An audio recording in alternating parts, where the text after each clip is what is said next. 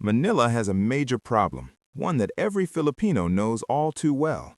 It has some of the worst traffic on the planet. Every single day, millions of people spend hours crawling along congested roads, stuck in a cycle of gridlock, just trying to get from point A to point B. But soon, that daily nightmare could finally change. A massive multi-billion-dollar railway project is now underway, one that promises to reshape Metro Manila's transportation system from the ground up. Once finished, it could dramatically reduce travel times, ease congestion, and transform the commute of millions. Some even say it could be the country's best chance at finally ending its decades-long traffic crisis. But if this project is so important, why is it only being built now? And can a single mega-project truly change the future of Manila? Hey, I'm Louie, and today we're diving into the mega-project that could finally save Manila. Understanding Manila. Let's clear up some confusion first. This is the city of Manila. This is Metro Manila, the national capital region. And this is the Greater Manila area, a much larger urban region. All three are often just called Manila, even though they're not the same thing. For simplicity, in this video, when we say Manila, we're referring to Metro Manila. Now that that's out of the way, let's begin. The traffic crisis. Manila is known for many things: its colorful jeepneys, lively neighborhoods, and Spanish-era architecture. But above all, it's known for traffic, and not in a good way. This isn't an exaggeration. Manila's traffic is legendary. In 2023, it was ranked as having the worst traffic congestion of any metro area in the world. A simple 10-kilometer trip could take 25 minutes on average. For comparison, that same distance in Los Angeles, another traffic-heavy city, would take about 16 minutes. And for millions of commuters, this isn't a temporary problem. This has been the daily reality for decades. So how did it get this bad? Why Manila is so congested? First, density. Nearly a quarter of the entire Philippine population lives within or around Metro Manila. That's tens of millions of daily trips happening in a region that was never designed for this level of activity. Second, and perhaps most importantly, is the lack of efficient, affordable, and reliable public transportation. Yes, Manila has jeepneys and buses. They're cheap and everywhere, but not exactly efficient. They stop whenever and wherever they want, routes can be confusing, and many lack proper terminals.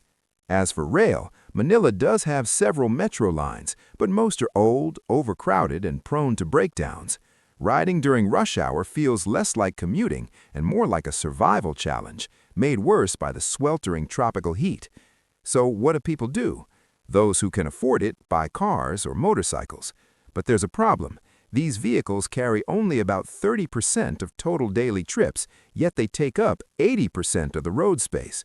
The result? A transportation system that's overwhelmed, inefficient, and exhausting. Enter the North-South Commuter Railway. This brings us to the North-South Commuter Railway, or NCSR, one of the most ambitious transportation projects in Philippine history. It might seem like a fresh idea, but the truth is the Philippines has been trying to build a modern north-south railway for decades. Its history goes all the way back to the 1960s, when Luzon still had a functioning long-distance rail system. Over time, however, neglect and lack of investment caused the network to deteriorate. By the 1980s, large segments, including the once busy Tutuban-San Fernando line, had completely shut down. Several attempts to revive or replace the system were made in 1994, 2006, and other periods, but all failed due to financial, political, or logistical issues. Then, in 2013, the government tried again, but this time they had a new strategy and a powerful international partner, the Japanese International Cooperation Agency, or JICA. Together, they drafted the Metro Manila Dream Plan, a long-term roadmap to fix the region's transport system once and for all. At the heart of this plan, the NCSR. What the NCSR will look like.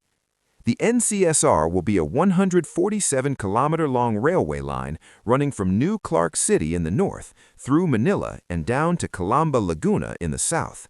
Its goals are straightforward: connect major economic zones across Luzon, relieve road congestion by providing a real alternative, and give millions of commuters a fast, reliable, modern train system. The line will have 36 stations across key cities and economic hubs.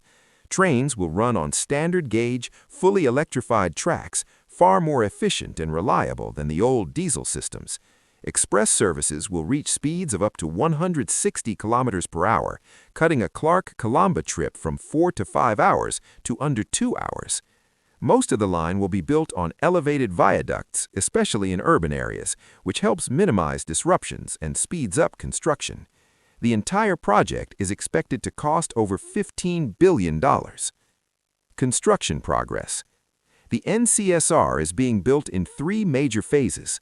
First, PNR Clark Phase 1 to Tuban to Malolos, over 50% completed as of 2025, expected partial opening 2027. Second, PNR Clark Phase 2, Malolos to New Clark City, including Clark Airport Branch, roughly 40% completed, built entirely on elevated structures. Third, PNR Calamba section, Blumentritt to Calamba, around 12% completed, includes elevated, at-grade, and tunnel sections. This is the most complex portion due to dense urban areas. Once all 3 phases are done, the system will serve up to 800,000 passengers per day and is expected to be fully operational by 2031. A new kind of transport network. But the NCSR isn't just a single railway line, it's the backbone of a completely new transportation system. It will have seamless transfers to LRT-1, LRT-2, MRT-3, and the upcoming Metro Manila subway, major bus and provincial terminals. This will be the first time in Philippine history that multiple rail lines are designed to truly work together. And the future goes even further. Plans already exist to extend the line north to Tarlac City and south to the port of Batangas. If these extensions are built, the NCSR could become the foundation for a nationwide rail revival across Luzon. Challenges along the way. Of course, massive projects come with massive challenges. One of the biggest issues has been right-of-way clearing. Large portions of the old PNR tracks have been occupied by informal settlements for decades. Relocating thousands of families is a sensitive and complex process. There have also been delays. The original partial opening target was 2022, something clearly no longer achievable. Newer projections aim for a northern partial opening around 2028. Even with these setbacks, the project is steadily moving forward, something that previous attempts never achieved. Will this project save Manila? After years of delays, cancellations, and failed promises, the North-South Commuter Railway is finally becoming a reality. If completed properly, it could mark a turning point in the Philippines' transportation history, a shift away from car-dependent development and toward a cleaner, faster, more reliable future. But will it truly be the solution Manila has been waiting for? Let us know your thoughts in the comments below. As always, thank you so much for watching, and we'll see you in the next one.